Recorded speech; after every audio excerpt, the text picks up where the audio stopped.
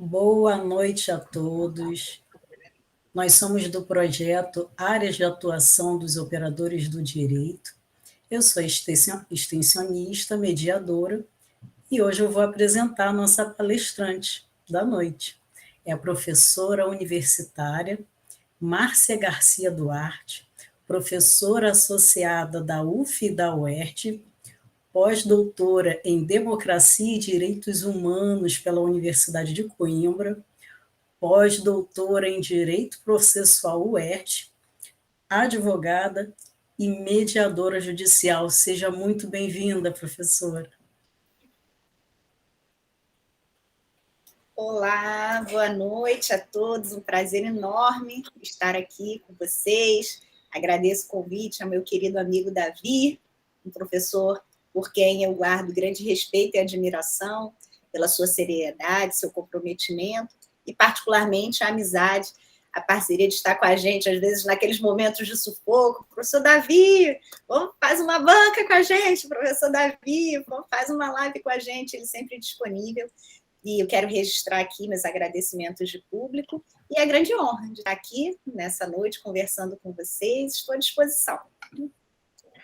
Eu que agradeço a professora Márcia, amiga desde 2013, não, 2014, né? Nós trabalhamos juntos. E é sempre um prazer conversar contigo, mesmo fora da internet, né? Nos nossos papos. Esse semestre eu vou lá, com certeza. Vou falar com certeza. Mas é um grande prazer tê-la aqui. E como eu comentei com o Calegari, que caiu agora, da pessoa e da professora que você é.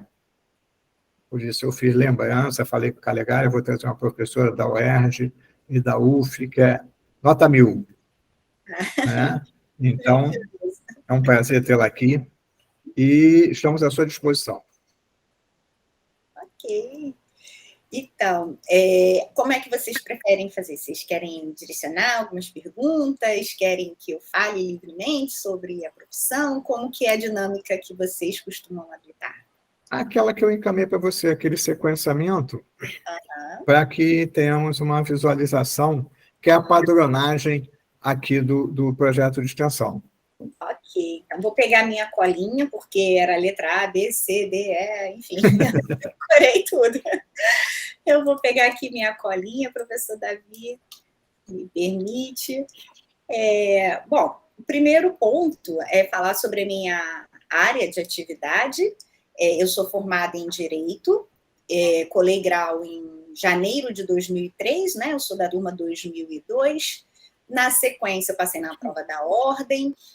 Durante a minha graduação, eu fiz estágios em vários lugares, estágio privado, estágio público, fui conciliadora também, desde o início da minha faculdade, e terminando, eu já emendei numa especialização em Direito. Na época, minha paixão era realmente o processo penal, eu era conciliadora de juizado especial criminal desde o segundo período da faculdade, e fiz a minha especialização em penal, processo penal e didática do ensino superior, porque a docência, eu brinco que eu dava aula para as minhas bonecas, e isso é verdade, tá? Tinha quadro em casa, quadro verde com giz, e botava as bonecas enfileiradas e dava aula para elas, talvez até por influência da minha tia, irmã do meu pai, que era vizinha, né, à nossa casa, e ela era uma professora com 2 matrículas públicas, então todo aquele encanto, né, de mimeógrafo, vocês não sabem o que é isso, mas o professor Davi e eu sabemos a delícia que era rodar prova em casa, ficava aquele cheirinho de álcool, né, eu ajudava a rodar, espalhar o material para secar, e máquina de escrever, e todo aquele universo, às vezes ela me levava com ela na escola, até a escola, e eu gostava muito, me identificava muito com aquele universo. Então, voltando à minha parte já profissional, logo que eu terminei a faculdade, eu entrei na especialização e já com foco na didática do ensino superior, né? O processo penal era a minha paixão, mas a didática do ensino superior tinha que estar vinculada, foi o que mais me despertou a fazer aquela primeira pós lato sensu. Atuei como advogada por algum período, exclusivamente como advogada, né? E depois eu entrei para o mestrado. né? Eu queria seguir na vida acadêmica, eu gostava muito, me identificava muito, e entrei para o mestrado. Primeiramente, eu entrei como ouvinte, porque há a possibilidade de ingressar como ouvinte no mestrado, para você cursar realmente disciplinas, ver se você se identifica com o método. Existe o mestrado profissional e existe o mestrado acadêmico. O mestrado acadêmico é realmente para quem quer seguir na academia. Ele exige um estilo de pesquisa diferente daquele que é exigido quando você está fazendo uma especialização lato sensu ou mestrado profissional.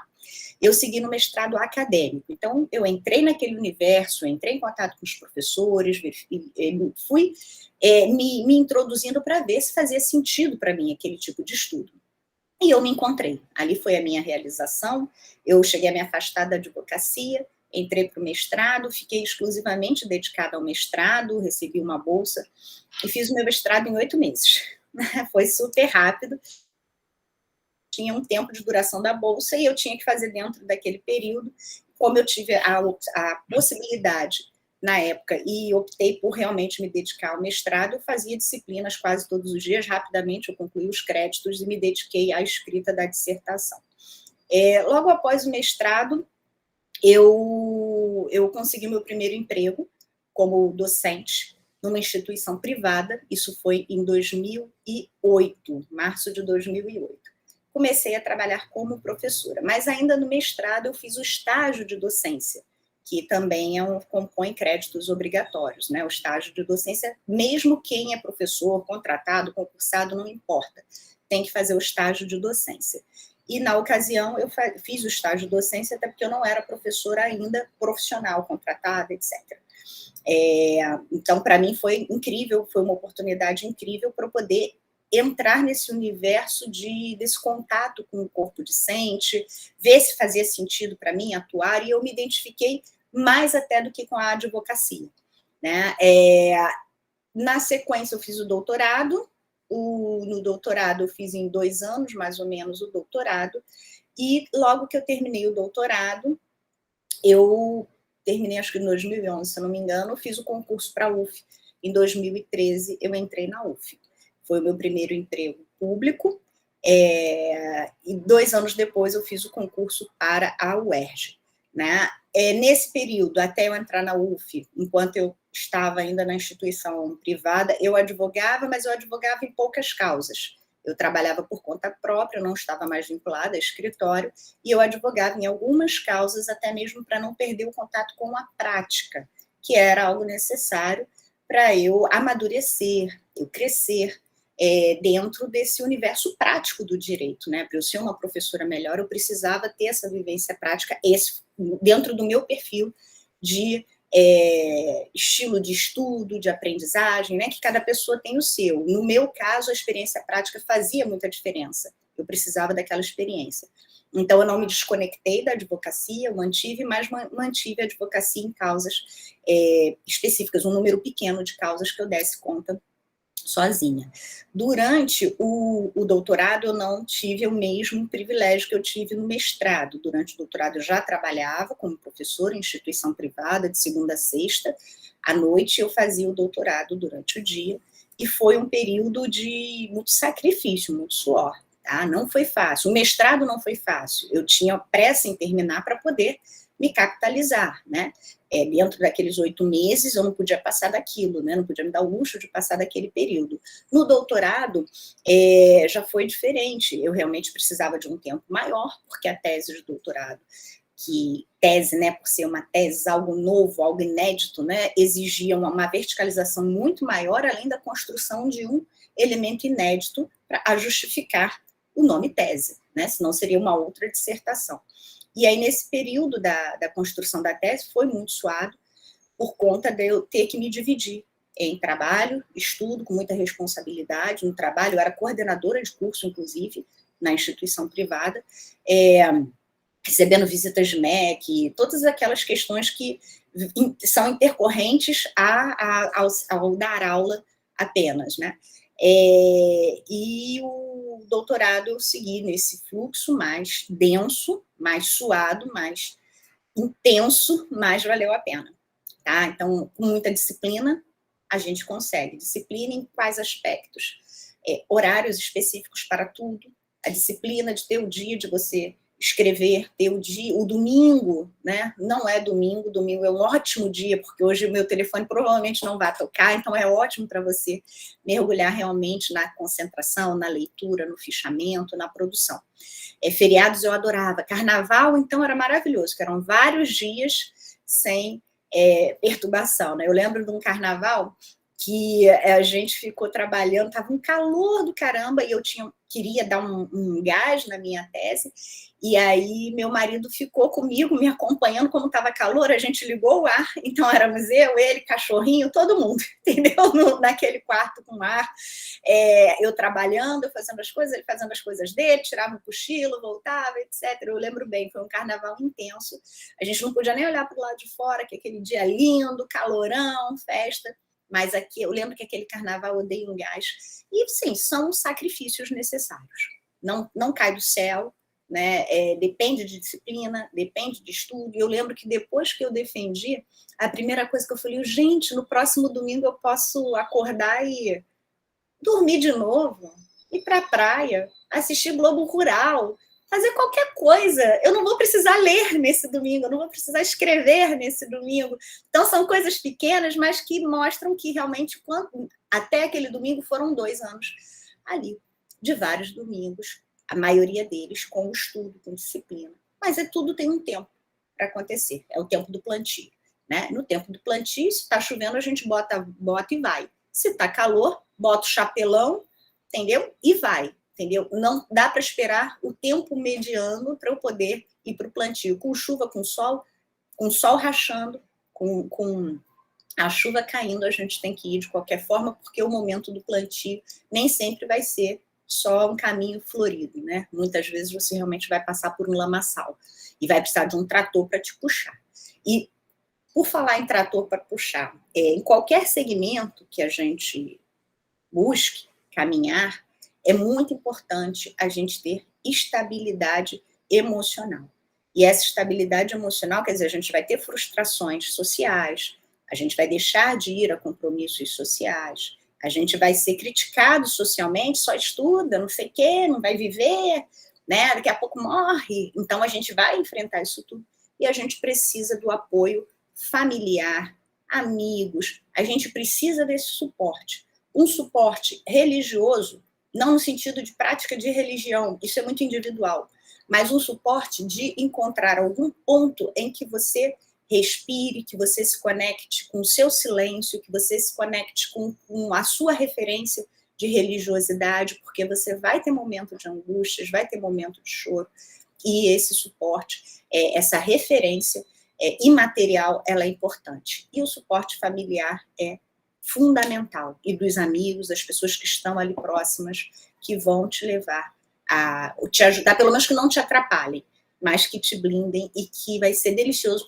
voltar correndo para casa contando a boa notícia, né? Ou brindando com os amigos, etc.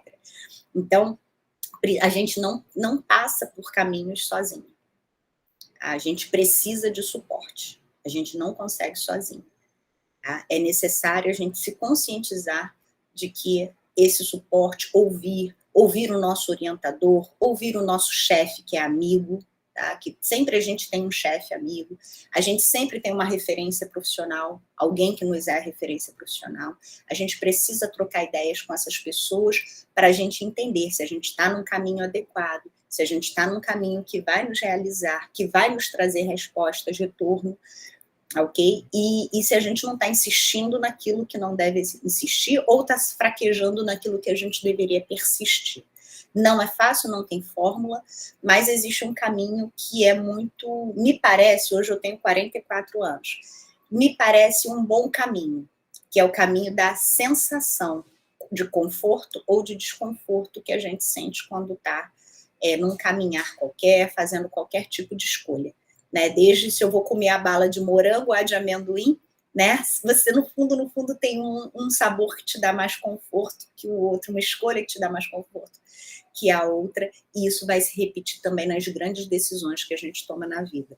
E o caminho profissional, quando a gente fala do direito, o direito nos abre um leque gigante, né? A gente tem vários, só eu trago 3 atuam em 3 frentes, né? Então, o direito talvez seja uma das formações que mais abra possibilidades e caminhos. Concurso público, esse congresso que eu estava hoje, de arbitragem, quer dizer, a gente tem aí um espaço gigante para árbitros, advogados especializados, expert para fazer perícia, enfim, o segmento colaborativo, ele está tão crescente que alguns profissionais se dedicam exclusivamente a questões desjudicializadas, não atuam em contencioso. Então, assim, pode ser o profissional dentro do profissional da advocacia, por exemplo, você tem vários ramos que você pode atuar, e agora ainda tem essa crescente de escolher, olha, eu sou advogado, mas eu não atuo em judiciário, eu só atuo em questões desjudicializadas, questões cartorárias, questões consultivas, contratuais, questões que envolvam a arbitragem. O último painel que eu assisti hoje falava justamente, né, de como está crescendo o poder público na arbitragem. Então, hoje a gente tem os contratos, aqueles planos PP, esqueci agora a expressão que usa, parceria público-privada, PPPs, né, que você tem. Hoje já se fala que todos os contratos de parceria público-privada têm que vir com cláusula de arbitragem, né, aquele compromisso de submeter a questão à arbitragem. Então, o direito, ele te permite essas várias frentes de atuação. Em muitos momentos você não vai saber, por exemplo, volto a 2003, que eu estava ali no meu primeiro ano de formado, o que eu vou fazer da minha vida? Eu estou advogando, é isso mesmo que eu quero, mas dentro da advocacia, qual ramo que eu quero? Eu gosto de penal, eu gosto de processo penal, e eu só encontro espaço para trabalhar em advocacia trabalhista. Isso foi verdade. Eu fiquei anos na advocacia trabalhista, sendo que a minha paixão era o penal e o processo penal. E aí você fica, mas será que é para eu seguir esse caminho? É para eu me especializar nesse caminho?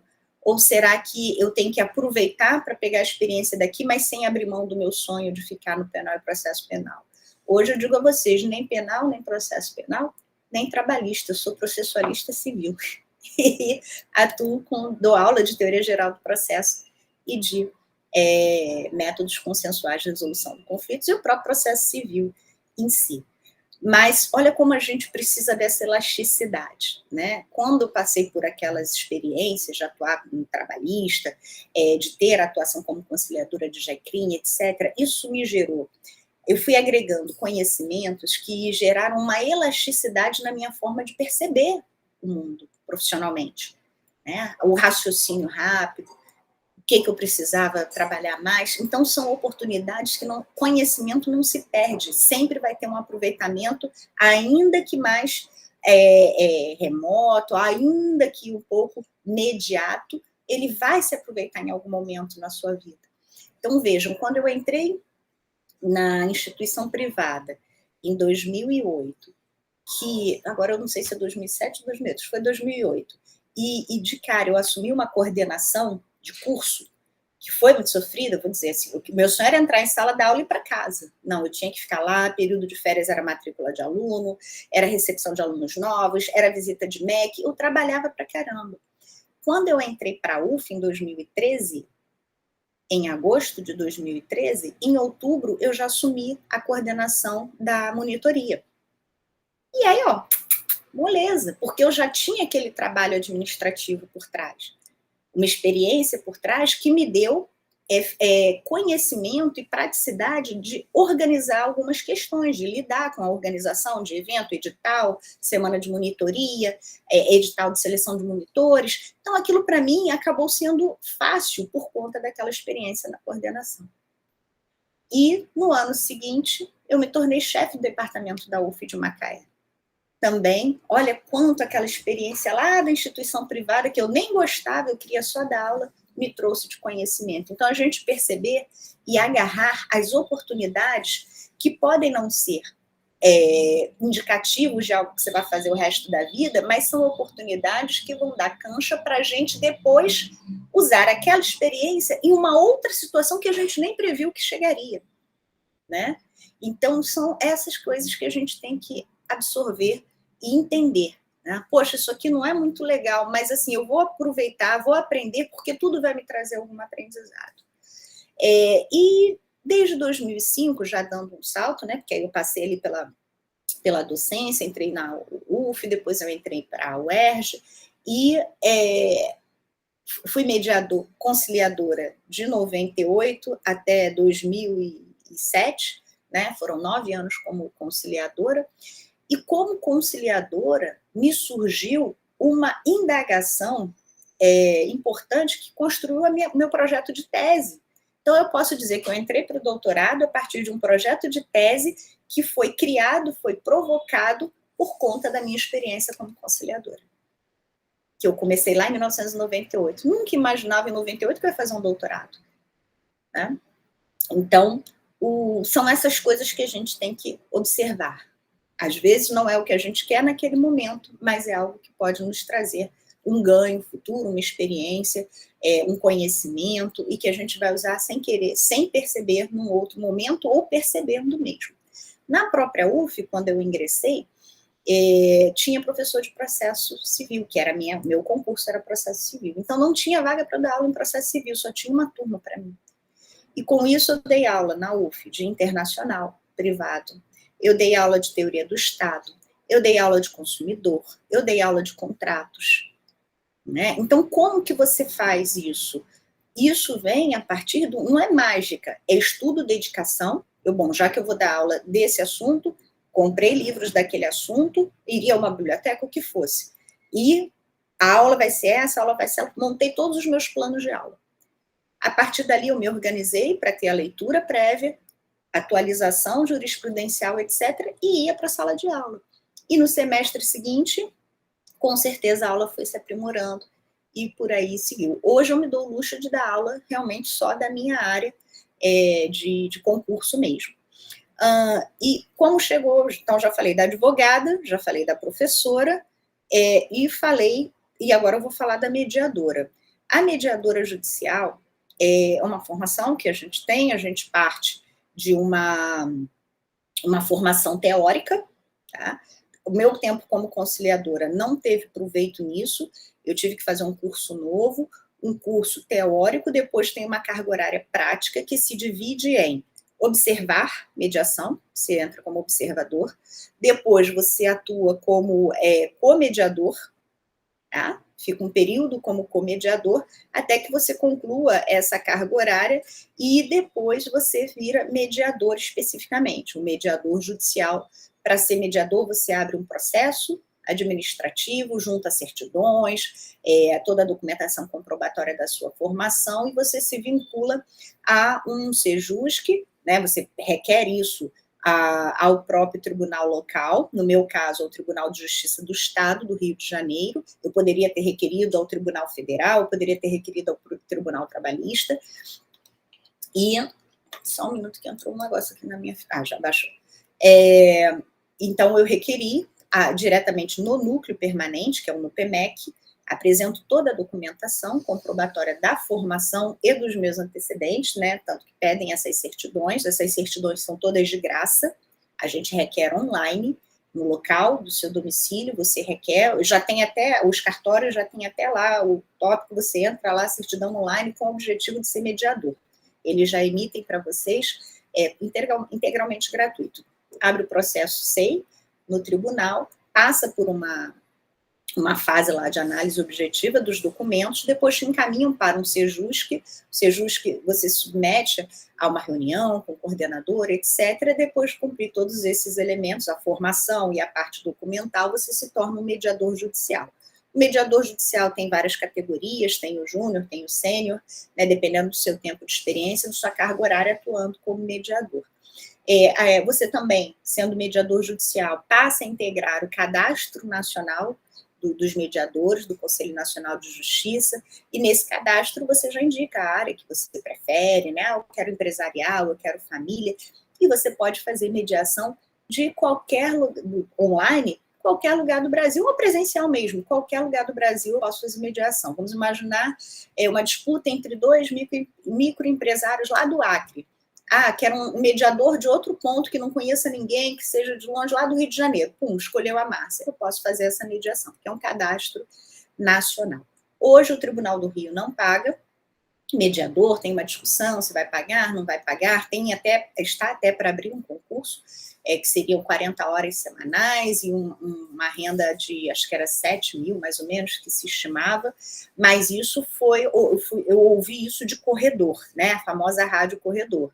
Não tem isso hoje sendo praticado. Agora, o mediador, mesmo que ele não seja o judicial, ele seja o mediador extrajudicial apenas, ele atua de forma particular. Ele pode atuar individualmente, receber sua hora de trabalho, ter a sua própria tabela, tem a referência no CNJ, mas você pode criar, como tem também a tabela da OAB, você pode usar o valor que você pretende.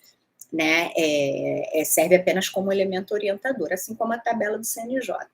Você coloca ali sua hora, quanto que é, ou você pode se vincular a uma câmara de mediação privada, né? E essa câmara vai te retribuir pelas sessões que você atuar, né? Essa câmara normalmente tem uma taxa de administração para receber aquela questão e encaminha para o mediador. As pessoas em conflito ali, os mediandos, eles podem escolher o mediador que eles quiserem ou pode simplesmente deixar a escolha da própria Câmara. Né? As câmaras estão todas também cadastradas no Tribunal de Justiça, vocês entrando no site do tribunal, lá no NUPEMEC tem o rol das câmaras cadastradas. Né? E, além disso, também eu tenho uma atuação que foi especificamente porque na UERJ eu também atuo, o processo, né, o departamento de processo, ele não se desvincula da prática, diferente da UF Niterói, que se desvincula, né, cada um é um departamento. Na UERJ é um departamento único, então todos os professores de direito processual também atuam no NPJ, rotativo, né, alguns entram, alguns ficam mais tempo, alguns estão mais vinculados, e eu lá coordeno também o NPJ, que é o escritório modelo, né, que o núcleo de prática jurídica ele é mais do que escritório modelo. E lá a gente teve a oportunidade de implementar a mediação de uma maneira mais ampliada, e a gente firmou um convênio com o Tribunal de Justiça, e hoje nós conseguimos levar para dentro da UERJ um PAICE, que é um Polo Avançado de Solução de Conflitos Extrajudiciais. E através desse PAICE, a gente é um braço, vamos dizer assim, do SEJUSC, nós realizamos lá as mediações e encaminhamos para o Tribunal de Justiça para ser enviado ao coordenador do SEJUSC, da capital, para homologar quando há acordo. Mas ainda está muito embrionário, a gente conseguiu, porque um convênio é algo demorado, né? Foram quase 2 anos, ainda teve pandemia, e passa pelas procuradorias, corregedoria, então passa por vários setores para se verificar, né, os itens, as cláusulas, etc., depois que finalmente a gente conseguiu assinar o contrato, a gente começou a implementar. E, enfim, é o meu sonho, né, a gente conseguir levar para a comunidade o conhecimento do que a gente tem lá. Muitos não conhecem, a gente oferece, a gente explica, e muitos nunca nem ouviram falar no que é mediação, ou que tem essa possibilidade de fazer integralmente gratuito ali, com os advogados do próprio escritório modelo, que são os residentes jurídicos, acompanhando. Os próprios residentes jurídicos não conheciam a mediação, estão conhecendo com a gente ali agora. Residente jurídico, recém-formado, que faz um concurso, pode ser no escritório modelo de uma faculdade, numa procuradoria do Estado, procuradoria do município, fazem ali 2 anos de residência e saem com título de pós-graduação. Tem a parte teórica e tem a parte prática. No caso da UERJ, eles recebem uma bolsa de R$3.000, então não pagam imposto de renda, né? Trabalham, claro, não sei se 20 ou 30 horas semanais. Eles tem turno, né? O turno da tarde, o turno da manhã. Eles ficam num dos turnos, de segunda a sexta, e ainda vão sair com um diploma de pós lato sensu. Tá? Então, é uma oportunidade também, quem tiver aí para se formar, recém-formado, fazer a residência jurídica também é algo riquíssimo, uma oportunidade muito boa. Em relação a desafios, né? Eu estou falando sem até olhar aqui, a sua atividade, vantagens, desafios. O desafio da docência realmente um não reconhecimento econômico. Dentro das carreiras jurídicas, a docência, eu diria que é o que tem a pior remuneração. Mas ainda é uma classe muito respeitada. Muito respeitada. Eu, como professora universitária, integrando programas de pós-graduação, eu tenho a oportunidade de dar aula para profissionais do direito, advogados, juízes, procuradores, promotores, e é muito diferente a relação, por exemplo, né, vamos dizer assim, aquela relação juiz-advogado, né, no meu caso, juiz-advogado, é uma relação protocolar, né, se cumprimenta, é respeitosa, etc. Mas no momento em que esses juízes se tornaram meus alunos, e depois eu encontrei com eles em algum momento, há uma relação assim mais de respeitabilidade. Não que com o advogado não seja, tá? Com o advogado é protocolar, é respeitoso, mas assim há uma coisa mais calorosa, professora fazem questão de falar comigo. Isso é muito gostoso. Então, a gente se sente, vamos dizer assim, que dentro da hierarquia cultural, né, o juiz estaria no topo, né, que há essa construção. Você estuda tanto, por que você não é juiz, né? Não, você estuda tanto, você pode ser juiz, advogado, professor, todos têm que estudar tanto também, né? Mas socialmente existe essa ideia e acaba sendo absorvida por muitos profissionais que realmente estão no assento de judicatura e tem essa relação meio que de superioridade. E a gente não percebe isso quando a gente está no papel de professor, né? As pessoas têm, essa é a professora, a advogada Márcia, muito prazer, essa é a professora Márcia, muito prazer. Então, a entonação revela para a gente que existe um respeito social muito grande com quem é professor. Né? Eu percebo, você faz o que? Sou advogada, legal, sou professora, nossa, você é professora de quê? Talvez por rememorar nas pessoas sempre algum professor querido, alguém da família que também é professor, né? Dá uma relação de afeto, deu uma relação de afeto, tem uma respeitabilidade muito grande, e isso não tem dinheiro que pague, mas em termos de remuneração, realmente não é uma remuneração adequada para a importância de um professor, qualquer nível que seja, do professor primário ao professor universitário, a importância que ele desempenha na formação, na construção de ideias, e todos os segmentos da sociedade têm a impregnação de um professor. Então, o professor merecia um reconhecimento econômico melhor. Né? E isso se revela até pelo contexto cultural em que as pessoas falam, você é professor e mais o quê? Né? Não, eu sou professora, mas você é professor, mas trabalha com o que mais? O que você faz? Então, é como se o professor sempre tivesse que estar associado a alguma outra carreira, né? E isso acaba, às vezes, se tornando necessário por uma questão realmente econômica. A advocacia, ela dá bons lucros, assim, lucros não, né? Uma boa remuneração. A advocacia contra órgão público não é legal porque os honorários de sucumbência são baixíssimos, tá? Então, a título de ilustração, sem falar do caso concreto, sem falar das pessoas, existe um processo que eu estou atuando agora, nós estamos na fase já de expedição de precatório. Esse é um processo do ano de 2010. O processo é bem velhinho, bem velhinho. Eu cheguei agora no processo, na reta final, e a gente já chegou na fase de execução, muita discussão, cálculo daqui, dali, etc., e chegou na fase do pagamento de precatório e de honorários.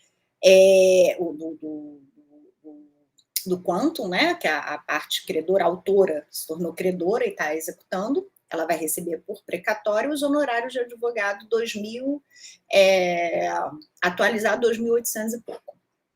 De um processo de 2010, honorários de sucumbência hoje, 2.800 e pouco, não se paga. Então, assim, a sucumbência, quando é contra o poder público, ela é muito irrisória. Né? Não, mas você tem ganho, porque existem duas formas de honorários, os honorários contratuais e os honorários sucumbenciais. Os honorários sucumbenciais pertencem ao advogado, tem natureza de alimentos, tem prioridade no recebimento, etc. Os honorários contratuais são estabelecidos livremente pelas partes, e no contrato convém colocar, ainda que se saiba, convém colocar expressamente que os honorários sucumbenciais pertencem ao advogado, porque há uma ideia na sociedade de que a sucumbência serve para compensar os gastos do cliente, né? Então ele recebe de volta uma compensação pelo que ele gastou com o advogado. E não é. Não é. Os honorários pertencem ao advogado. Hoje a gente tem um volume muito grande de profissionais do direito. E acaba causando espanto alguns valores que são praticados, muito abaixo da tabela da OAB. E depois você tem conhecimento, às vezes depois do processo, né? E vê que ou pega o processo no momento adiante, o barato que saiu caro, né? E às vezes a questão já está estragada, a inicial já foi distribuída, já não tem mais tempo para aditar, e você tenta ali se socorrer de outras formas para corrigir o curso. Então, existe hoje uma oferta muito grande de profissionais, mas a prática jurídica nos mostra que nem todos os profissionais estão atuando de forma ética e de forma... Não estou falando ética violando a OAB, Estatuto da OAB, nada disso não. Estou falando ética no sentido de postura cordial, postura adequada no processo, de realmente não falar besteira. Tivemos um caso essa semana também, era privado, esse não tem ente público não. Olha que coisa interessante. A parte, que é uma seguradora, fez oferta nos autos de acordo, uma proposta de acordo. Né? Fez a proposta de acordo, só que, por engano, o juiz julgou improcedente o pedido. Ele fundamentou na documentação e julgou improcedente. Então, há uma contradição na própria decisão, uma contradição pelos elementos internos, a fundamentação não corresponde à parte dispositiva da sentença, nós embargamos de declaração com o pedido de efeitos infringentes. E veio a resposta aos embargos, né? As contrarrazões aos embargos de declaração. E aí diz o seguinte, não tem que mudar nada na sentença, tá perfeita, mas se mudar, lembra que a indenização aí tem que ser parcial, porque não foi dano total, foi dano parcial. Isso é má fé, né? Porque numa advocacia colaborativa, a seguradora já viu que realmente ela tem que pagar, já viu que é parcial, de fato, ela já fez proposta, ela reafirma a própria proposta, né? E aí, quando foi aceita a proposta, ela se negou a pagar, porque depois veio uma sentença de improcedência. Poderia entrar com uma outra ação, obrigando, compelindo ao pagamento, porque ela se vinculou? Poderia. Mas, assim, o custo não compensava. A gente primeiro está tentando resolver pelos embargos. Pelos embargos, eventualmente, a gente consiga resolver essa questão. Isso que eu digo que é má-fé, né? Não há uma má-fé a ponto de levar para o Conselho de Ética da OAB, mas é uma postura extremamente inadequada. Então, não nego até a morte, mas se condenar, paga só o parcial, condena só o parcial. Não, ou está ciente de que houve realmente um reconhecimento pericial de que tem que ser indenizado, né? O segurado tem direito à indenização, e fala, já que tem, então vamos entrar numa negociação, ponto, não tem mais o que discutir. E isso você encontra na advocacia desjudicializada. Existe essa postura mais séria, com esse olhar ético de vamos realmente resolver. É seu direito, então vamos entregar. Né? Então, espera-se que os próximos advogados tenham mais esse olhar e menos o olhar esperneante. Né? Então, a gente percebe hoje, na advocacia, tem que ter muito estômago para lidar com algumas questões que irritam, que isso irrita. CVC irrita, né? Irrita, né, a pessoa. Mas tem que também considerar que tem advogados que são de um nível extraordinário. Aqui também, trazendo mais um relato, sem indicar o nome, nós tivemos um caso de uma empresa que era de um filtro, o filtro rompeu, e quando rompeu aquele filtro de água no fim de semana, inundou a sala, inclusive passou pelo teto, né, daquela sala, e a água foi parar no consultório de baixo, era uma sala comercial, e estragou equipamentos médicos. Tá? Então, um prejuízo gigante. Além do hidrômetro ter ficado ligado direto, isso tudo aconteceu no fim de semana. Então, quando chegou lá na segunda-feira, era o caos. Era o caos por causa de um filtro que rompeu. Nós tentamos pela mediação pré-processual. A mediação pré-processual não tem processo, é só um requerimento. Então, não tem produção de prova, não tem nada. O advogado da parte contrária chega para a mediação sem saber o que aconteceu. E aí a advogada virou assim e falou assim, olha, aí a gente mostrou foto, mostrou tudo do que tinha acontecido, ela falou, eu não sabia que era nada disso. Então, a proposta que eu tenho aqui não vai ser adequada para você nem fazer. Eu prefiro remarcar e vou conversar com a equipe contratante dela, né, a empresa, o que aconteceu para a gente melhorar a proposta. Olha a postura. Que postura interessante, né? E aí nem precisou, marcou a segunda sessão, mas ela por e-mail mesmo entrou em contato com a gente, falou, a proposta é tal, não sei o que, não sei o que. Foi dentro do que a gente queria, a gente aceitou, já fez tudo bonitinho, já assinou eletronicamente, já chegou no Sejusc só para entregar para homologação pelo juiz. Né? Então, percebam posturas diferentes. Né? Então, a advocacia tem esses dois lados. Em termos de remuneração, você atuando extrajudicialmente, não vai acabar, como dizer, não acabar, né? Mas reduzir a advocacia judicial, de briga, de luta no judiciário, não reduz a renda do advogado. Ele atua nessa parte pré-processual tranquilamente, ele cobra por hora, cobra ali o por ato, né? Ele pode acompanhar, por exemplo, na elaboração de um contrato bem feito, com cláusula de arbitragem, com cláusula escalonada, mediação, arbitragem. Ele pode trabalhar em várias frentes, trabalhar por hora, e sem essa surpresa, esse desgaste do processo judicial, que às vezes você ganha uma boa quantia no início, mas aquele processo se alonga por anos. Esse caso que eu dei de exemplo para vocês, 2010. Gente, a gente está quase em 2024, agora que está entrando na fila do precatório, né? Será que valeu a pena? Eu não sei como foi o contrato no início, se teve contratação inicial, um pagamento inicial, não sei, enfim. Mas, em qualquer caso, já cansou, né? Já o que ganhou, né? já se diluiu aí o desgaste nesses 24 anos. Vantagens e desvantagens, já falei. Sobre possibilidade de estresse, né? De prejuízos à saúde. Trabalhar com direito necessariamente nos leva a esse contato com pessoas com problemas, ok? Então, quem está na área de família realmente acaba lidando, tendo que ser um pouco psicólogo e lida com muitas dores, né? Enquanto ser humano se dói muito em algumas situações concretas. Esse lado é bem complicado. Se você está atuando ali na área, vamos dizer assim, tributária, na área de direito público, enfim, mais contratual, etc., você não vai sentir essas dores. Mas, assim, tem o estresse normal de toda atividade laborativa. A docência tem uma questão delicada, que é realmente a corda vocal. Então, a gente tem 45 dias de férias por ano garantidos por lei. A gente tem uma jornada de 1 hora que, na verdade, são 50 minutos. Se for à noite, são 40 minutos, né, a nossa hora-aula. A gente tem aposentadoria especial, isso tudo por conta do desgaste muito grande com essa região. A gente é convidado, agora mesmo eu fui convidada na UF a passar por um exame médico, que não exame médico, esqueci o termo que eles usaram, para fazer realmente uma leitura da minha condição de saúde, né, se havia queixas. Volta e meia, a UF traz campanhas para a gente ter cuidado com a voz é um instrumento do professor, se você sentir isso, procure o departamento de saúde, porque realmente essa questão da voz, ela é muito delicada para a gente, assim como outros profissionais que trabalham com voz na área do jornalismo, etc. O profissional professor, né, também, além desse desgaste com a voz, é uma profissão que ela dá um desgaste físico maior do que a advocacia, por exemplo.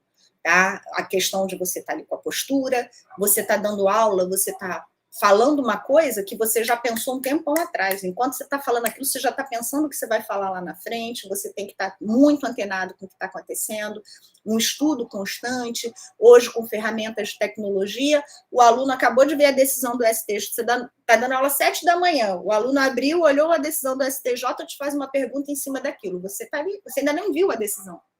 Né? Então, assim, tudo isso, assim, esse mediatismo exige muito do professor. Exige muito do professor. Muito preparo. Para você ser professor hoje da rede do ensino público, você tem que necessariamente ter doutorado. Ok? Para ser juiz, você não precisa. Né? Então, olha o caminho que você tem que percorrer para ser um professor do ensino público hoje. Né? Então, muita preparação, muito estudo, muito desafio, tá? E é paixão, é sacerdócio.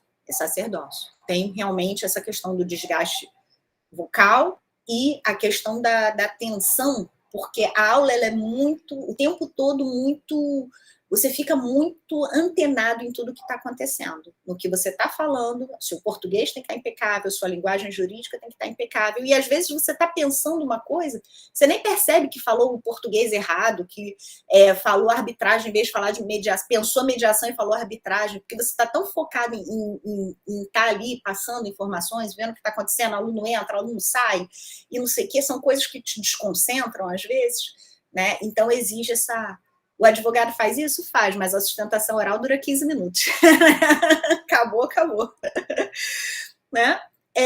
Como foi o processo de direcionamento? Acho que também já passei, né? Eu acho que teve a parte de essa influência, né? O direito em si, entrar para o direito, acho que foi a mesma ideia que a maioria aqui, a paixão pela justiça, a ideia de proteção, de indignação com o que não é justo, a possibilidade de ter vários caminhos de carreira profissional. Que mais? O tempo necessário, eu também já falei, das datas, né? A importância da nossa atividade. O advogado essencial à justiça está na Constituição, a administração da justiça, acho que é 1.5 alguma coisa, o artigo, acho que 155. Como mediadora, é uma sequência para mim do que eu fui como conciliadora, uma paixão de você ter as pessoas, as partes terem o primeiro contato delas com você e você ser porta-voz de um lugar de muita credibilidade, que é o Poder Judiciário, perante pessoas e você tratá-las com acolhimento, com amor, mostrar que elas são importantes. Você não vai fazer uma amizade ali, você está ali dentro daquele contexto que vai se encerrar no final da sessão, mas mostrar que são seres humanos, que o que eles sentem, o que eles vivem, importa sim.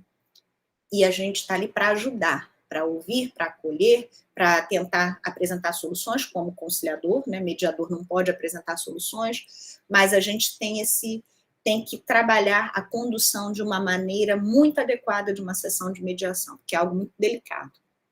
Ok? Eu acho que eu já falei de praticamente tudo. Atualização, sim, todas essas 3 áreas a gente tem que estudar muito, né? A mediação, ela dentro dessas 3, ela que tem menos atualizações, vamos dizer assim, que a advocacia tem a docência tem atualizações diárias, né?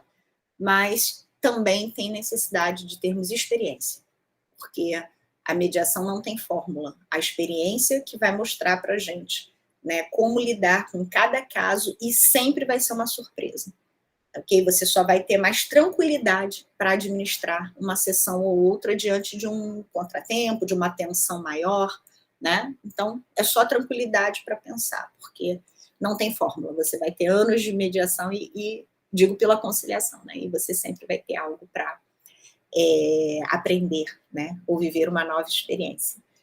E eu acho que é isso, professor Davi, eu acho que eu atingi aqui todos os itens, né?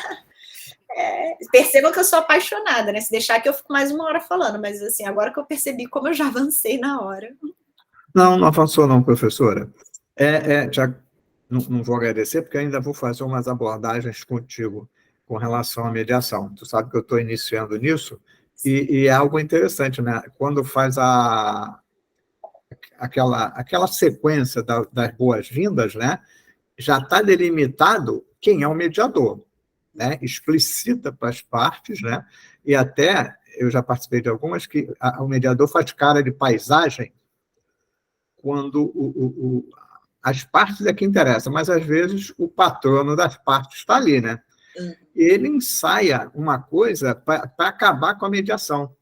E a cara de paisagem do mediador eu achei interessante. O cara falou, ele ficou olhando. Era só isso? Agora vamos passar para a parte, para o requerente.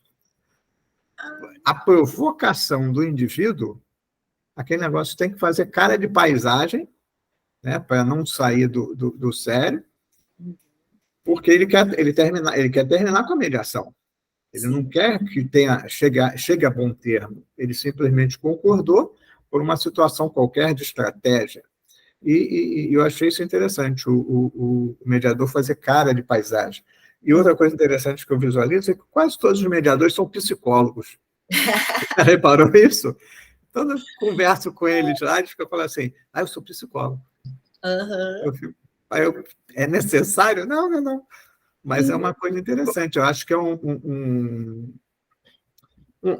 uma vantagem, né, do mediador, porque ele já tem aquele jeito de envolver a pessoa, e, no caso, o mediador, eu acho que ele vai muito também pela experiência, né? É uma coisa a vivência, né, naquela situação específica. Eu estou achando bem interessante, ainda sou pato novo, né, nessa área, mas eu acho estou achando uma coisa bem interessante de visualizar. Até já me perguntar, para que vai se meter nisso? Não, é muito bom, é muito bom. Mediar é muito bom. Me fez lembrar, professor Davi, de uma situação em que a mediadora, eu estava ainda em treinamento, era observadora ainda. Aí a mediadora falou, vou fazer o cálculo. O cálculo, pessoal, é aquela reunião privada com as partes.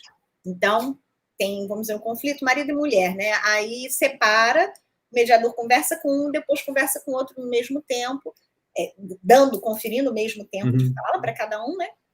E o que é falado no cálculo é sigiloso. O que você conversa ali, você não pode levar para outra parte medianda. E aí a mediadora virou e falou assim, vou fazer cálculos, mas cálculos, professor Davi, com os advogados. Aí cálculos com os advogados, nunca vi isso. Aí ela chamou os advogados para conversar em particular. Aí conversou com um e depois conversou com o outro. Aí, quando a gente voltou, as coisas estavam mais serenas e tal, não sei o quê. Aí, quando terminou tudo, aí o mediador sempre pergunta se quem está observando, como mediador, está como observador, quer fazer alguma pergunta. É aquele momento que a gente troca ideias, né? Aí eu falei, eu achei tão estranho quando você fez o cálculo. Ela falou, você viu como mudou? Eu falei, vi. Falou, quando a gente percebe que o advogado está jogando contra, a gente chama o advogado, conversa em particular com ele, porque isso simboliza que está chamando ele para o nosso lado. E aí começa a conversar com ele, provocando onde que ele quer chegar mesmo, né? Com o processo judicial. O que ele quer? O que ele vai ganhar no processo judicial? Qual é a pretensão? O que vai atingir que não está sendo atingido ali através da mediação? E aí puxa o advogado para uma reflexão. E aí, nesse caso, foi um exemplo muito bem sucedido. E eu gosto de reproduzir isso para os alunos, as oportunidades que eu tenho, porque eu vi que ali mudou realmente a postura dos advogados. Mas ainda existem realmente advogados que já orientam os mediandos a chegarem lá, você só vai lá porque o juiz mandou, ainda mais em família, né, que a mediação, o comparecimento é obrigatório, né, e aí você só vai porque o juiz mandou, mas isso aí é perder tempo, isso aí vai chamar lá, vai querer que tome cafezinho, que aperte a mão do outro, não sei o que, isso aí é perder tempo, né, e assim, e já chegam com essa instrução, e a gente já sabe disso, né, já sabe, né, aí mesmo discurso de abertura, a gente já conversa, já explica, já vai entregando logo o microfone para os mediandos, né, para eles se sentirem importantes, ouvidos, e aí, não, mas deixa eu conversar com o meu advogado, e não é raro acontecer de a mediação caminhar muito bem, e aí marca uma segunda sessão, e na segunda sessão as partes mediandas já chegam meio transtornadas, ou uma delas, por influência do advogado. Isso não é difícil de acontecer, não. Às vezes o advogado ali está contido, sai dali, entendeu? E a minha pouca experiência, eu participei de uma que era uma partilha. Separaram e o advogado do requerente, que era ele tá assim, são 7 propriedades. Tem Búzios, tem Macaé, tem não sei onde, tem a casa de 6 milhões, não sei o que lá, não sei o que lá, não sei o que lá. Olha só, a gente dá isso aqui e o resto fica para ele. Aí a requerida, não, eu ajudei ele a construir isso tudo, como é que ele vai levar tudo? Aí depois, aquele momento que a gente fica com o mediador conversando, né? Eu falei, a má fé dele. Ele disse o seguinte, se vai a leilão, eu vou arrumar uma pessoa aqui do escritório, ele vai esperar chegar. Ninguém quer comprar, eu boto um preço mais baixo, a pessoa que eu colocar lá vai arrematar tudo. Eu falei, caraca, o cara joga a má fé dele ali no ventilador e bola para frente. Eu falei, caramba, como é que ele faz uma coisa dessa? E toda hora o advogado do requerente fala assim, eu tenho 30 anos que eu trabalho nisso. Ele só falava isso. Aí, quando ele falou isso, né, para outra advogada, pode fazer isso. Mas quando for para leilão, eu vou arrumar gente aqui do escritório e vou arrematar tudo. Eu falei, pode? Eu falei com a mediadora, isso pode? O cara fala, a malandragem que ele vai fazer, a má fé que ele vai fazer, ele vai armar, né, no leilão e vai colocar a pessoa certa para arrematar tudo para quem? Para o cliente dele.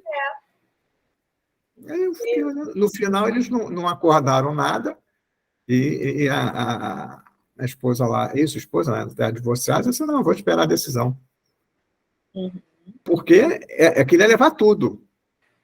E ela falou, não, ele não tinha nada quando a gente casou, agora a gente está cheio de propriedade, ele separou, o filho do cara foi contra o cara. E quando o requerente falou, disse assim, meu filho, ele tem problema, ele foi contra mim, que não sei o quê, não sei o quê, não sei o quê. Eu falei, ué. Então, tu vê umas coisas interessantes, né? Mas essa parte do advogado falar ali, sem nenhuma timidez do que ele ia fazer, ué, o cara disse o que ele vai fazer? Vai usar essa má-fé? Então, mas isso não pode ser levado aos autos, né? Assim, doutor juiz, presta atenção, né? Porque tudo é sigiloso ali, né? Então, ele falou porque ele sabe que aquilo ali é sigiloso e ninguém pode, como é que se diz, levar isso ao conhecimento do juízo. Né? Só se for crime. Nem por escrito, né? Assim, o mediador não vai falar, ninguém pode falar, mas o advogado não pode botar por escrito para os alunos aqui novos, né? Não pode, gente. Não pode usar o que foi dito lá para instruir uma petição, entendeu? Dizer, na mediação aconteceu isso, aí coloca por escrito na petição, não pode.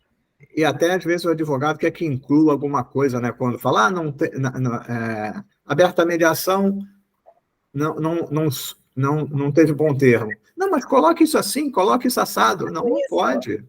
Né? Umas coisas interessantes que eu estou visualizando, que é uma coisa bem sucinta para que não tenha, né, nenhum respingo posterior no objeto da mediação.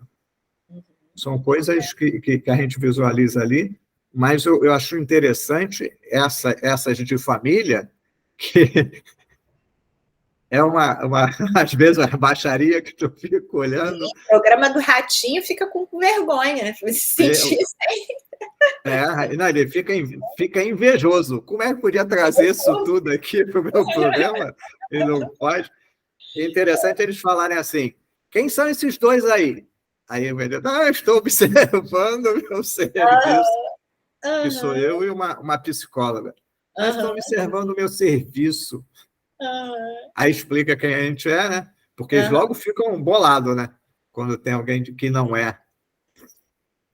Ainda mais se está pensando em fazer alguma coisa igual o outro. Não, pode ir para leilão. Não tem acordo, não. Que eu vou arrematar tudo. Fecha. Mas uma outra coisa que a professora falou com relação à remuneração, Angela Merkel, quando ela foi primeira-ministra lá da Alemanha, ela é professora. Ela é professora de física da universidade lá. E ela tem doutorado. E ela falava, num discurso dela, que o maior salário na Alemanha é do professor. Por isso que ela saiu de primeira-ministra, porque ganhava pouquinho. Mas é a valorização do profissional. Né? São coisas interessantes que a gente visualiza em outros países. Até a situação da mediação, da arbitragem, isso na Europa, apesar de ter common law e civil law lá, mediador, árbitro, é tipo lista telefônica. Você escolhe quem você quer, tem a tabela e é feita. E nos Estados Unidos, no common law, isso é feito a rodo. O que vai para o juiz é o finalmente. Os finalmente é que o juiz vai olhar e vai ver se está de acordo ou não. Porque os advogados contratam mediadores ou contratam árbitros que vão tecer o posicionamento ou vão levar à mediação e só leva para o judiciário o que for deliberado ou o que não for deliberado. Aí vai para o que eles chamam de grande júri. Mas é um posicionamento bem evoluído que está chegando aqui agora. Né? Mas que tem uma perspectiva, né, de ser um filão daqui para frente. Né? Porque isso é uma visualização do mundo novo. E outra, desafoga o judiciário. E eu chamo, na minha área, justiça penal negocial, que é o GCRIM, que é o ANPP, que é o delação premiada, tudo isso é justiça penal negocial, que toma lá da cá e aquilo é resolvido sem o processo, apesar que a delação premiada tem que ser dentro do processo. Mas as outras duas são fases pré-processuais que têm uma celeridade nesse aspecto para desafogar o judiciário. E a demanda no aspecto criminal cada vez aumenta mais, né? Porque a gente vê no dia a dia, liga a televisão, matou aqui, matou ali, fez isso, fez aquilo, e apesar que o GCRIM, crime menor potencial ofensivo, o ANPP, sem violência, mas ele atinge 85% do Código Penal. Então, se o cara é primário por antecedente, todo mundo vai para lá. Eles estão falando que até o artigo 34 da Lei de Drogas se aplica no ANPP, porque o traficante não é violento, ele só está comercializando o produto dele, né? E daqui a um tempo nem isso, né? Porque está sendo julgado lá no STF, rapidinho, que o 28 da Lei de Drogas não vai ser mais crime. Então, pelo posicionamento da Alexandre Moraes, se o cara tiver 60 papelotes de maconha, de trouxinhas de maconha, é nada. E tiver 4 pessoas no carro, pode ter 240 trouxinhas de maconha, porque é nada. Então, é um processo evolutivo, sei lá, mas não vou me pronunciar sobre isso. Mas é uma visualização interessante, mas o mais interessante aí que eu acho, pelo menos eu tô bem, como é que se diz, esperançoso, né, nessa minha nova deixa, né, de minha linha da mediação, eu estou achando bem interessante e ver os posicionamentos. Uma coisa que eu fiquei triste pela consulta que eu fiz, não tem mediação criminal, né? Porque eu queria ver isso, mas aí tem um juiz lá no Sejusc da Leopoldina, que ele quer, eu esqueci o nome dele, eles falaram o nome, eu fugi o nome dele, que ele quer, quando tiver mediação criminal, eu tô na frente, porque o juiz é que faz a mediação. Não, ele quer fazer, né? Porque ele gosta de fazer mediação, ele diz que não gosta de ser juiz, ele gosta de fazer mediação, e ele quer fazer mediação criminal.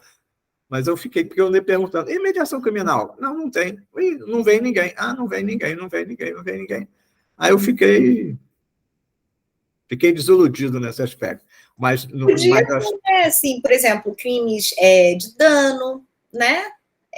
Briga entre vizinhos, né? Poderia ter composição civil dos danos, caberia bem numa mediação, né? Não, com certeza, mas até agora eu não vi nenhuma. Não teve nada sobre isso. Até você falou dessa situação do advogado, determinadas concessionárias, elas levam o preposto e o cara...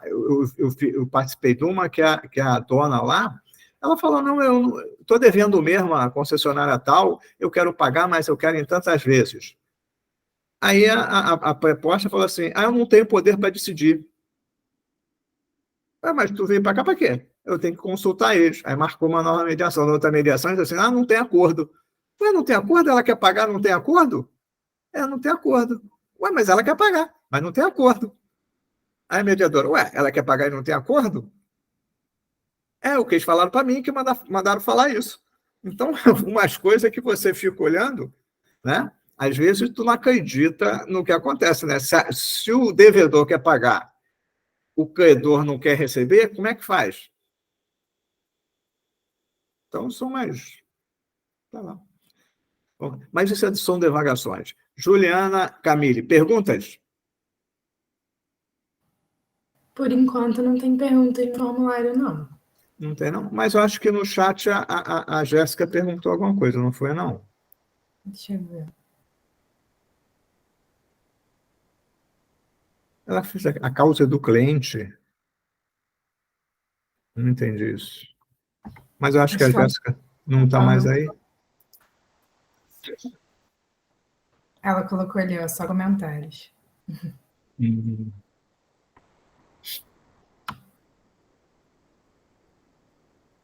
Sem perguntas? Oi, professor. Gostaria de fazer uma pergunta.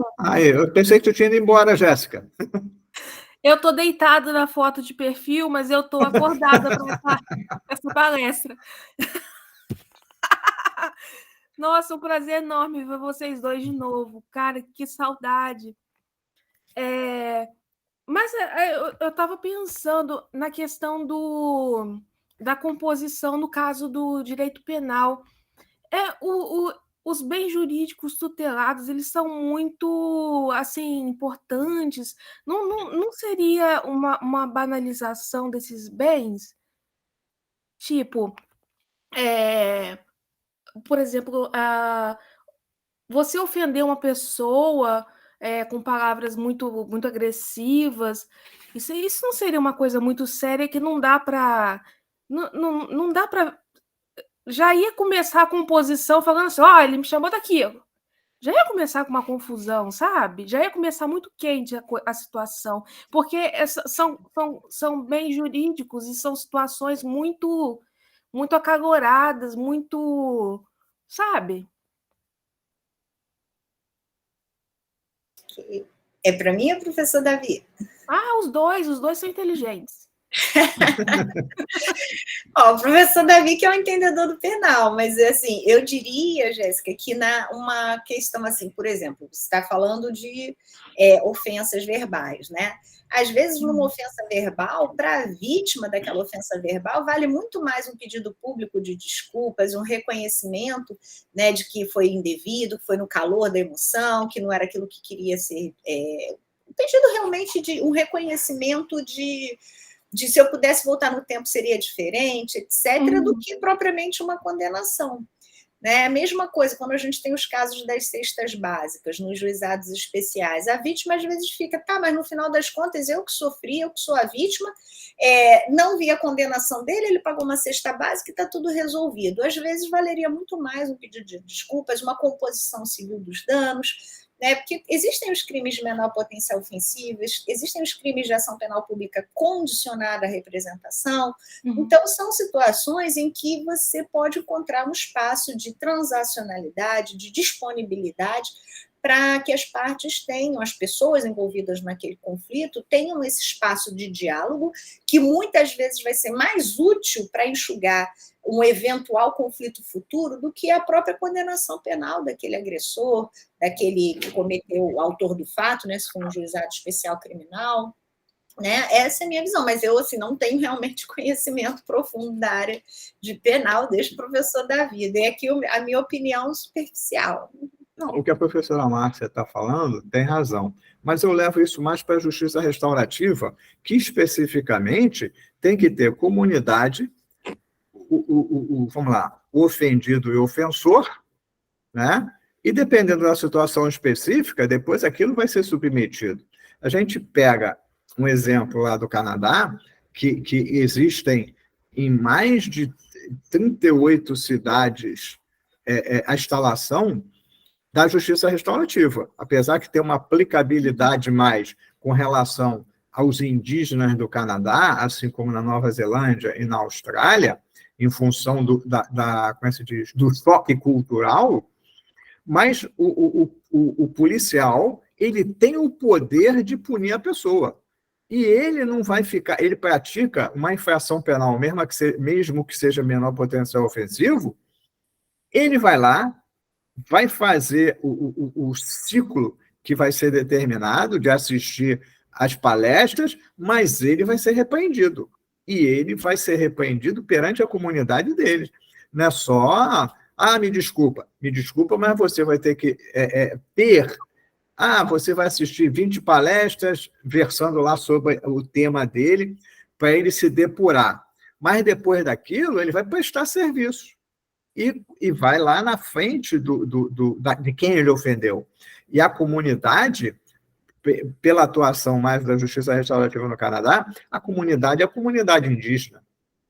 que ele está desrespeitando a própria etnia dele. Então, na cultura deles, isso é uma coisa que ele está prejudicando aquela tribo. Entendi. Então, ele tem que se recuperar.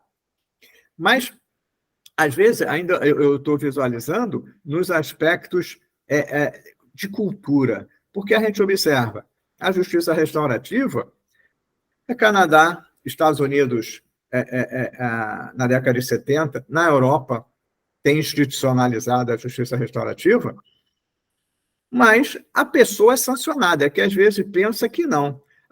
Tem gente que assevera que a justiça penal negocial é uma justiça restaurativa. Mas se a gente pegar o GCRIM, se a gente pegar o NPP, a vítima não é envolvida.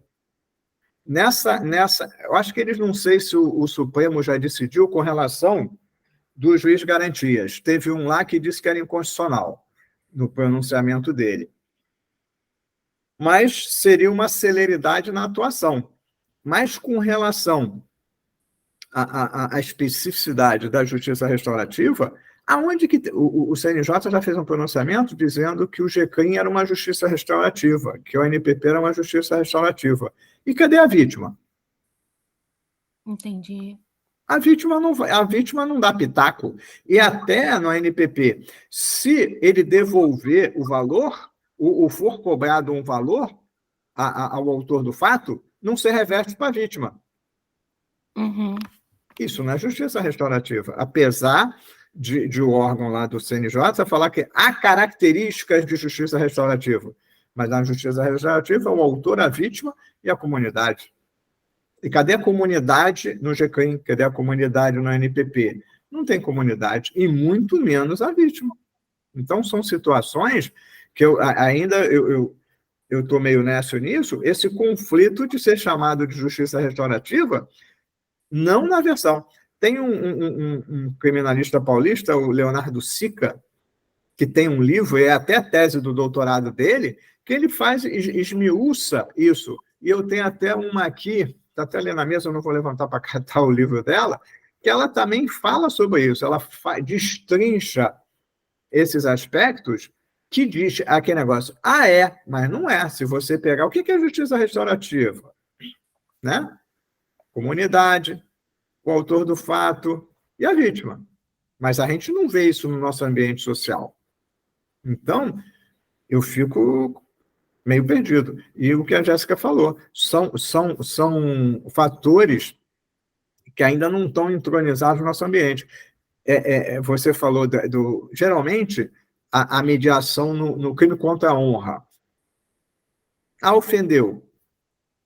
O requerente que foi o ofendido, ele quer que o indivíduo peça desculpa pela ofensa que ele proferiu, porque já que é a honra subjetiva, ele é que se sentiu ofendido. E, às vezes, a pessoa se reconforta mais com uma desculpa, com uma retratação, do que um valor. Né? E a mediação leva a isso. O mediador faz que eles reflitam sobre a conduta deles. A função dele está ali. Não é a situação da conciliação, que a conciliação já vem com a receita. Quando o juiz já... O acordo é esse. Agora, vai lá e conversa com eles. Um esperneia de um lado, outro esperneia do outro. Né? Isso aí eu não vou fazer. Não vai fazer, o juiz vai mandar fazer e tu vai ver como é que vai acontecer. Aqui a gente está aqui para resolver. Né?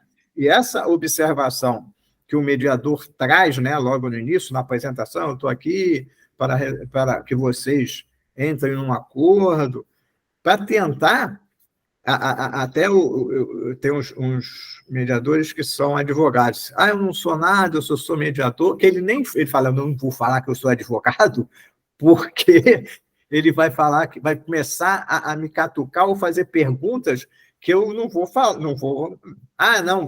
então eu estou certo, né? Tu me respondeu isso, então eu estou certo, né? Então...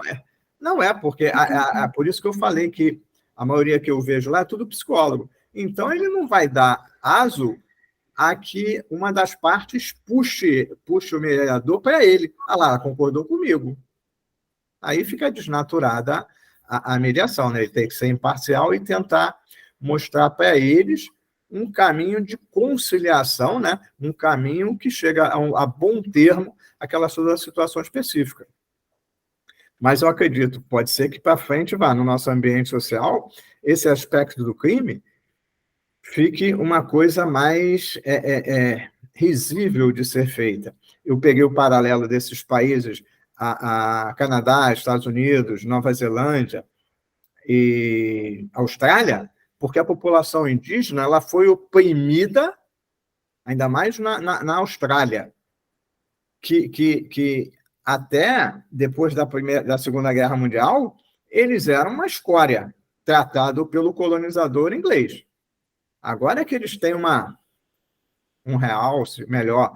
Na Nova Zelândia, a mesma coisa. Aqueles caras que jogam aquela rebolinha que eu não sei o que lá, fica gritando, né? No início do jogo, não sei se alguém já viu rugby. Rugby. Nunca viu, não? Que eles ficam gritando, é um ritual de canto da tribo, porque a maioria do pessoal na Nova Zelândia que joga rugby é tudo indígena. São uns caras fortes pra caramba, mas eles começam a cantar e fazer cara feia. Nunca viu isso, não? Vocês nunca...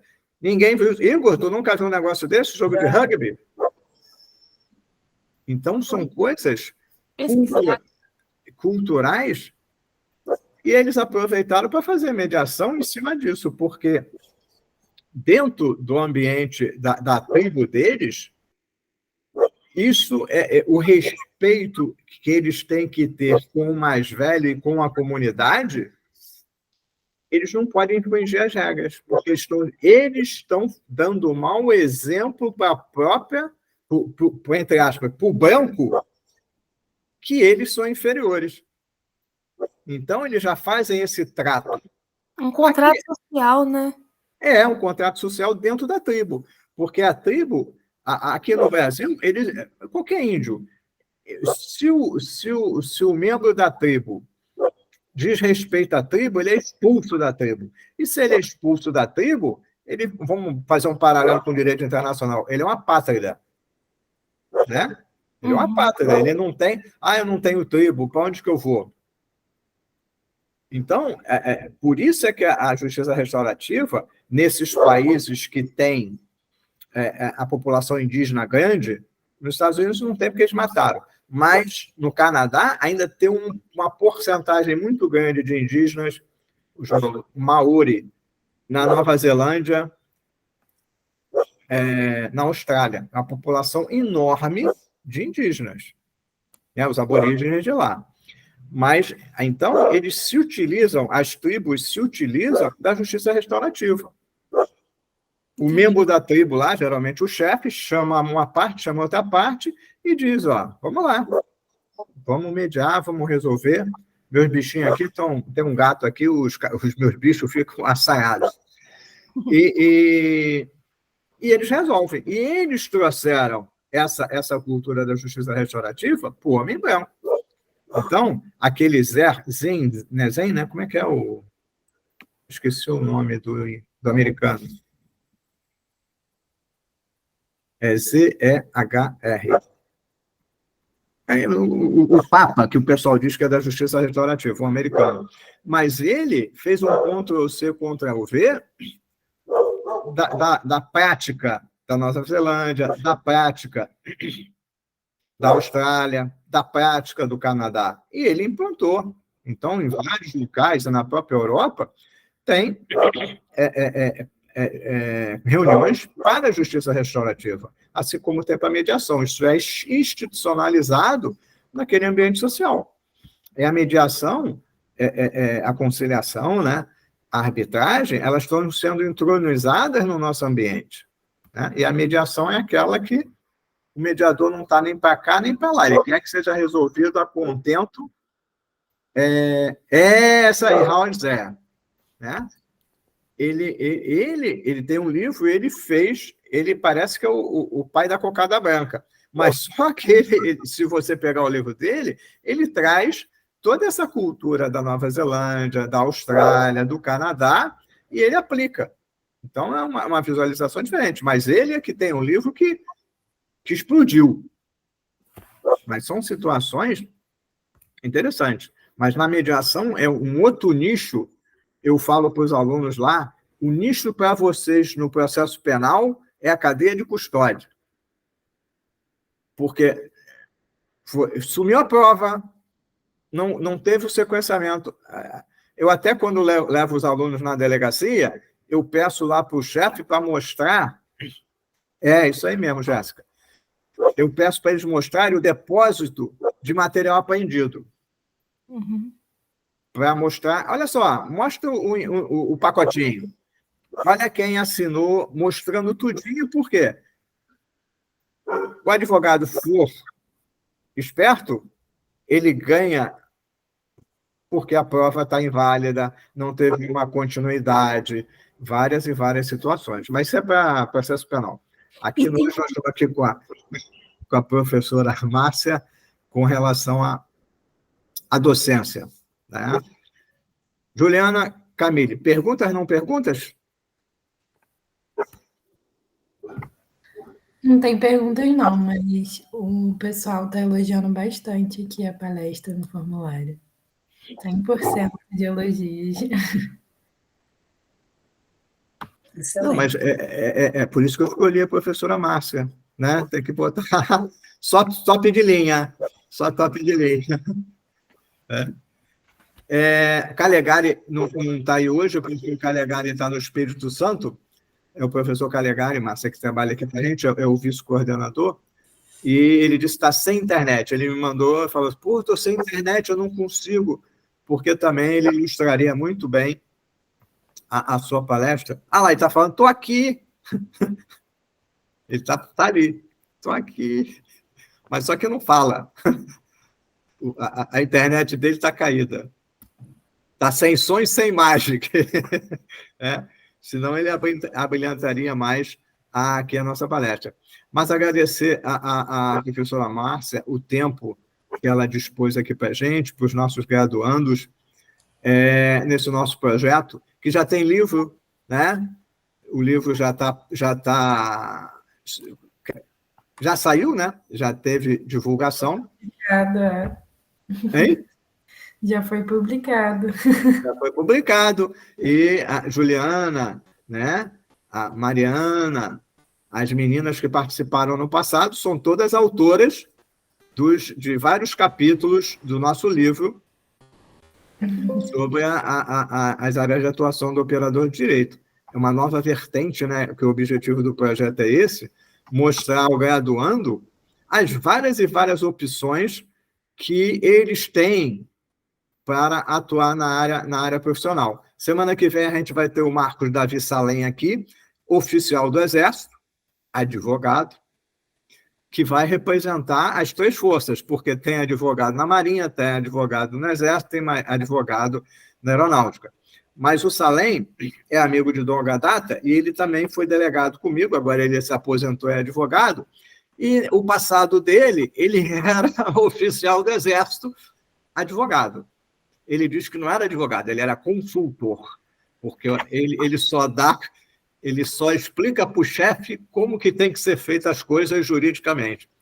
Mas eu não vou adiantar o que ele vai falar, mas é um nicho de mercado, dependendo da pretensão do aluno, ganha bem e tem uma vida tranquila. Né? Então, cada um se adequa a uma determinada área. E nós teremos ele semana que vem. Eu espero que o pessoal já se inscreva, porque já está lá no sistema.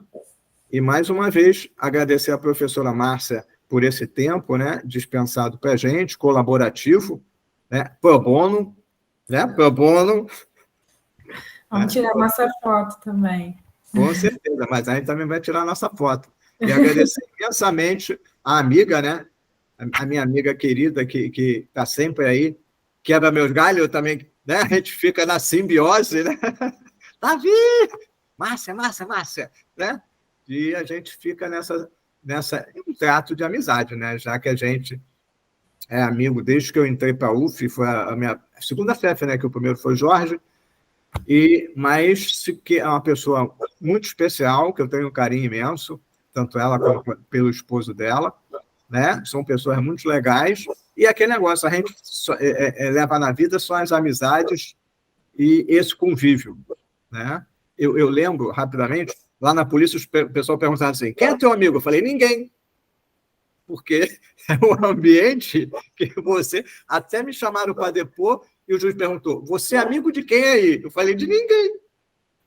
Porque também eu não posso ser testemunha se eu sou amigo deles, né? Não falei isso, né? Falei, eu sou amigo de ninguém. Aí o juiz riu, o MPF riu, os advogados riram, eu fiquei olhando, falei, fez a pergunta só para ouvir a resposta, né? Mas você tem poucos amigos, mas tem amigos. Lá eu tenho amigos de mais de 30 anos. Até hoje eu estava com eles batendo papo, a gente rindo e lembrando da nossa época da pré-história, né? Na década de 80. Mas isso aí é passado. Calegari, tu conseguiu entrar? Olha só a foto. É só o paletó na cadeira? Mas tem mais. Mas fala. Ah, tu tá na roça. Ah, tá de férias na roça. Ah, então tu entrou para a foto. Não respondeu. Ah lá, riu. Então entrou para a foto. Muito obrigado a todos, tá? Especialmente a professora Márcia, né? Pela colaboração e por esse show de informação que ela prestou aos nossos alunos, porque às vezes a gente pensa que não falei muito, mas o pouco que é falado, às vezes a pessoa abstrai para ela e no futuro ela aplica, né? Isso é uma coisa interessante na nossa vida. Às vezes a gente pensa... A Márcia estava falando em máquina de escrever. Eu lembro que eu fiz curso de datilografia. O pessoal não sabe nem o que é isso. Mas eu fiz 2 concursos, um para a polícia e outro para analista do TJ, que tinha... No TJ não tinha datilografia, mas tinha digitação. Aí tinha um texto, eu digitei o texto 2 vezes e meia. Aí eu fiquei olhando para o pessoal do lado, ninguém tinha digitado nada. Eu falei, ih. Aí levantei e fiquei olhando, o pessoal, ué, tu já fez? Já. A gente não conseguiu, deu problema. Então, aquilo serviu para alguma coisa. Aquela datilografia que eu tinha feito na época que tinha curso de datilografia, serviu tanto para a polícia, como depois para ingressar no TJ, que naquela época, uma das etapas do concurso era a digitação. Né? Então, tudo é válido na vida, é um aprendizado que a gente não perde e que a gente, quando menos a gente espera, a gente se utiliza. Com certeza. Eu rapidamente, eu estava até conversando com eles hoje esse negócio. Me chamaram para fazer uma busca e apreensão num veleiro na Marina da Glória. Aí cheguei lá, o cara disse que tinha construído o veleiro. Aí eu falei, o senhor é engenheiro? Ah, eu sou engenheiro naval. Aí eu comecei a fazer pergunta, porque eu sou engenheiro. Aí ele ficava olhando para minha cara e ficava assim, ué, como é que o senhor fez isso? O quê? Isso assim, o senhor disse que fez em casa? Isso não faz em casa, tem que ter equipamento, e não sei o que lá, e não sei o que lá. Está preso, vamos embora. Aí o pessoal, tudo que ele falou, ele disse que fez isso em casa, e o veleiro era uma receptação de um furto praticado em Marseille, na França. E ele disse que tinha construído o veleiro. Aí eu comecei a perguntar, o senhor fez tudo? E o contraponto da solda? E o raio-x? Eu não sei o que é lá, ele olhando para a minha cara. Ei, o quê? Ei? Aí, eu sou engenheiro também. Então, serviu para alguma coisa o curso de engenharia que eu fiz, né? Numa área totalmente diversa. Então, a gente sempre utiliza alguma coisa, certo? Ué, quem ia tirar foto fugiu? Cadê? Ju, já foi? A Jéssica está ali, mas a Ju? Eu acho que a Ju saiu, mas ela tirou uma foto, sim. Tirou? Mas aí eu vou printar isso aqui. Melhor. Vamos nós aqui. Estou aprendendo na mediação. Lá a gente pinta tudo. Não é, Marta? Tem que pintar tudo.